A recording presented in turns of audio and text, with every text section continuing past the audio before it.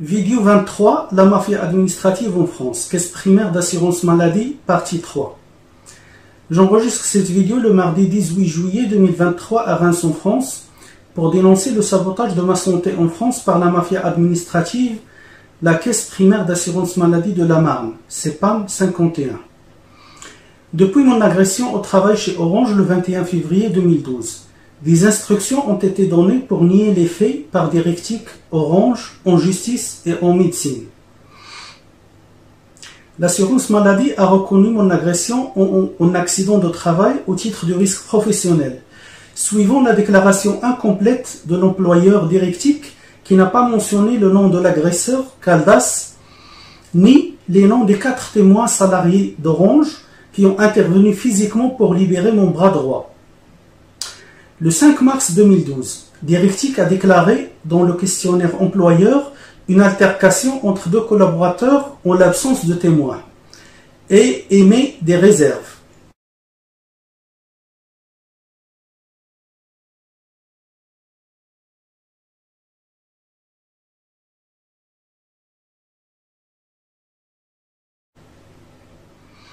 Le 6 mars 2012, j'ai déclaré dans le questionnaire assuré les circonstances de mon agression en citant les témoins directs et personnes avisées.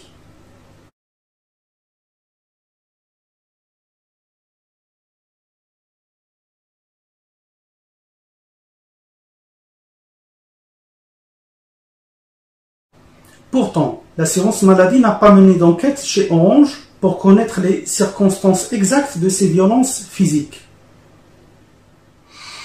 La police n'a pas convoqué ni auditionné l'agresseur, Caldas, malgré mes blessures importantes du rachis cervical. L'inspection de travail de Paris avertit depuis plusieurs mois auparavant du danger au travail chez Orange, n'a pas déclenché d'enquête. Comme j'avais expliqué dans la vidéo numéro 8, j'étais alerté par des collègues de l'enquête policière de la préfecture de police de Paris par rapport à mes problèmes au Maroc. Lorsqu'ils m'ont demandé ce que j'avais fait là-bas, j'ai répondu en rigolant que j'avais braqué une banque. J'étais insouciant du danger imminent sur mon avenir et mon intégrité physique. Ensuite, j'ai subi une énorme pression chez Orange pour m'inciter à démissionner, ce qui entraînerait automatiquement l'annulation de mon titre de séjour temporaire et mon retour au Maroc. Il est clair que les patrons Orange se sont arrangés avec les autorités pour bâcler cette affaire. Les conséquences étaient dramatiques sur ma santé, puisque dès le départ, l'assurance maladie a faussé le diagnostic et le traitement, en intervenant illégalement dans le parcours de soins. L'attaque surprise par Caldas avec clé de bras droit a visé directement mes cervicales. Ce dernier maîtrisait bien ces techniques de judo et il a même parlé auparavant au bureau.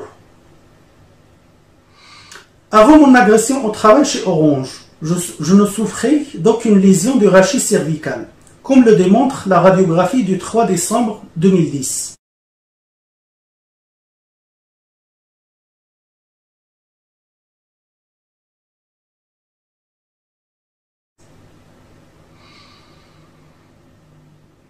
Le médecin rhumatologue, Dr Sabak, qui m'a suivi avant l'accident de travail, a confirmé l'absence de lésions antérieures.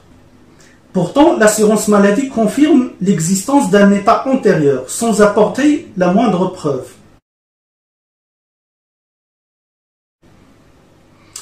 En comparant les différentes radiographies entre 2012 et 2017, mon ancien médecin traitant, Dr Patrice Pinet, et le chirurgien orthopédique Dr Karim Madi ont constaté et confirmé la présence de lésions cervicales, un hématome médulaire C5-C6 qui s'est formé suite au traumatisme par saignement après une déchirure discale le long du ligament vertébral commun antérieur.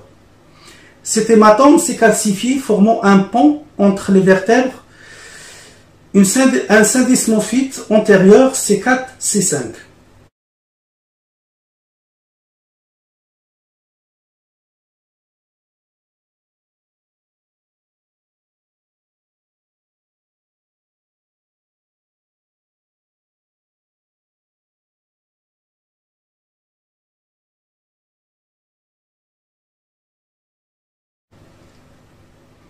Lors de la visite de contrôle médical du 18 juillet 2012, le médecin conseil de l'assurance maladie, Dr Delmouli, m'a demandé clairement de suivre ce qu'on me dit, si je ne voulais pas avoir des problèmes. Le 6 septembre 2012, le médecin rhumatologue Dr Rock a déconseillé l'intervention chirurgicale en prescrivant une rééducation fonctionnelle à l'hôpital Sébastopol du CHU Reims.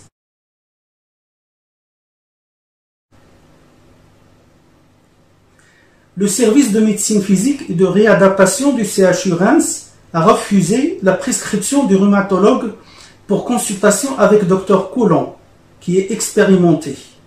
Il a fallu plusieurs écrits à insistance du médecin traitant, Dr Gentil, pour obtenir une consultation avec un médecin interne, stagiaire, Dr Claire Super.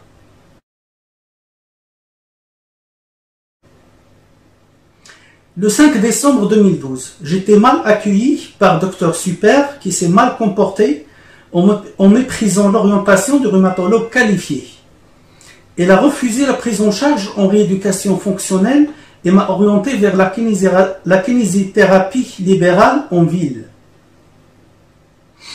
Plus grave encore, ce médecin stagiaire sans expérience clinique a établi un autre diagnostic confirmant l'absence de déficit fonctionnel lié à mes lésions cervicales importantes en imputant mes douleurs névralgiques permanentes à des co-contractions et un prétendu état psychologique de stress post-traumatique, inventé de toutes pièces par ce même médecin non qualifié.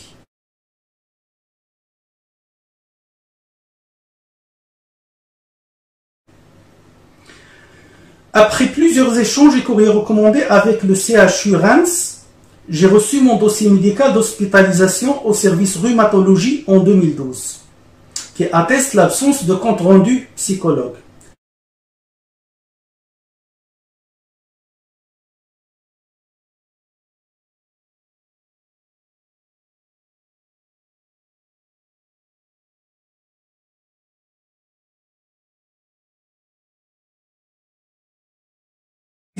Dr Super a délibérément rédigé un certificat médical mensonger dans le but de fausser mon parcours de soins et empêcher ma guérison.